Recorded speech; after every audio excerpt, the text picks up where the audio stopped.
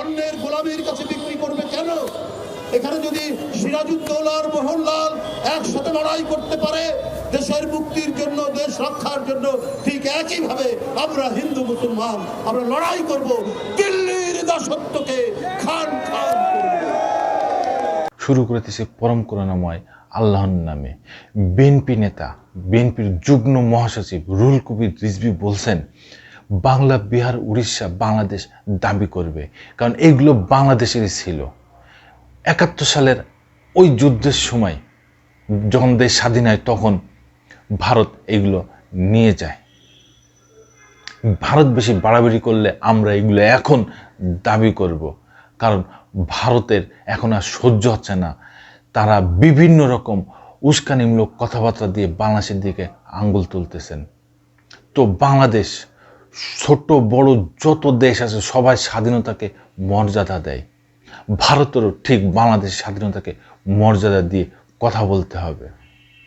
কোনো রকম উস্কানিমূলক বক্তব্য, কোনো রকম দেশবিরোধী কোনো বক্তব্য সহ্য করা হবে না, এইভাবে রুহুল কবির রিজভী উল্লেখ করেন তার এক বক্তৃতায়।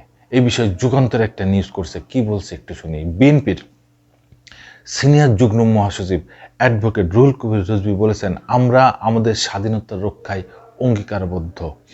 আমরা ভারত সহ যত বড় ক্ষুদ্র রাষ্ট্র আছে প্রত্যেকটা দেশের স্বাধীনতাকে মর্যাদা দেই। বাংলাদেশ, নেপাল, ভুটান, অন্যান্য দেশ আমরা কবজা করে নিব, এটা কিন্তু আপনারা বোকার স্বর্গে বাস করেন, এটা কখনোই ভেবেন না।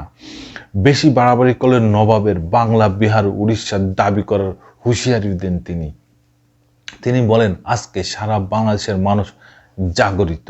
তাদের মনে যে জাগরণ দেশ মাতৃকা রক্ষার জন্য। এখানে হিন্দু মুসলমান এই মাতৃকায় যাদের জন্ম, এই মাটির সন্তান তারা। এখানেই আমাদের সবার জন্ম। তারা এই দেশকে অন্যের গোলামের কাছে বিক্রি করবে কেন? এখানে যদি সিরাজউদ্দৌলা, মোহনলাল একই সাথে লড়াই করতে পারে দেশ মুক্তির জন্য, দেশ রক্ষার জন্য, ঠিক একইভাবে আমরা হিন্দু মুসলমান একই সাথে লড়াই করব, দিল্লির দাসত্বকে খান খান করে দেব। ভারত সরকারকে উদ্দেশ্য করে তিনি বলেন, বাংলাদেশের মানুষের দেশ রক্ষার অন্তর্নিহিত শক্তি, প্রাণের উন্মাদনা, এটা কখনোই ভারত টের পায়নি। আপনাদের যদি অশুভ ইচ্ছা থাকে তাহলে আমরাও বলবো, আমাদের নবাবের এলাকা বাংলা, বিহার ও উড়িষ্যা আমরা দাবি করব, যদি আপনারা একের পর এক অগ্রাসী ভূমিকা পালন করেন। এইভাবেই রুহুল কবির রিজভী ভারত সম্বন্ধে বলছেন। এবং এই কথার সাথে আমার মনে হয় প্রতিটা বাংলার মানুষ এক থাকবে, এক হবে, কারণ ভারতের এই অগ্রাসী ভূমিকা, ভারতের এই উস্কানি কথাবার্তা কোনোভাবেই মেনে নেওয়া যায় না, যাবে না। ভারত ভিসা দেওয়া বন্ধ করেছে, ভারতের হোটেল মালিকরা বাংলাদেশিদের থাকতে দেবে না, রেস্টুরেন্ট মালিকরা বাংলাদেশিদের খাইতে দেবে না, অটো পার্টস ব্যবসায়ীরা বাংলাদেশের কাছে কিছু বেচবে না, তারপর নিউ মার্কেটের যে ব্যবসায়ীরা তারাও বাংলাদেশিদের কাছে কিছু বেচবে না। বাংলাদেশ কি মনে করতেছেন না খেয়ে মারা যাবে? না বন্ধুরা, দর্শক বন্ধুরা, বাংলাদেশ এখন নতুন নতুন বাজার সৃষ্টি করছে। নতুন নতুন দেশ থেকে, নতুন নতুন বাজার থেকে তাদের যাবতীয় সব জিনিসপত্র নিয়ে আসতেছে। বাংলাদেশ এখন বিশ্বর সাথে তাল মিলিয়ে বিশ্ব বাজারে উঠে গেছে। তারা ভারতের তাবেদারি করবে না, ভারতের সাথে থাকবে না, ভারতের সাথে কথা হবে চোখে চোখ রেখে, সমতার ভিত্তিতে। প্রতিটা প্রধান উপদেষ্টা সহ প্রতিটা নাগরিকের একই বক্তব্য।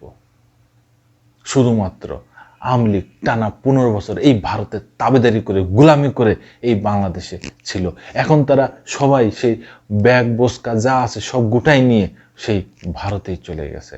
শেখ হাসিনা নিজে বলেছে, আমি 15 বছর ভারতকে যা দিয়েছি ভারত কল্পনাও করতে পারবে না, চিন্তাও করতে পারবে না।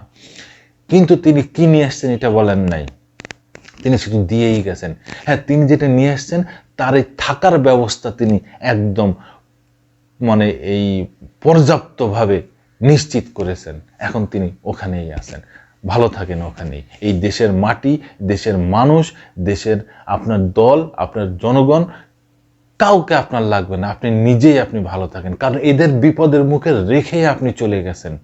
আপনি কেমন নেতা রে ভাই? দর্শক বন্ধুরা, যদি কোনো মতামত থাকে অবশ্যই কমেন্টসে জানাবেন। আবার আসবো নতুন কোনো কথা নিয়ে, নতুন কোনো ঘটনা নিয়ে। আমি প্রিন্স।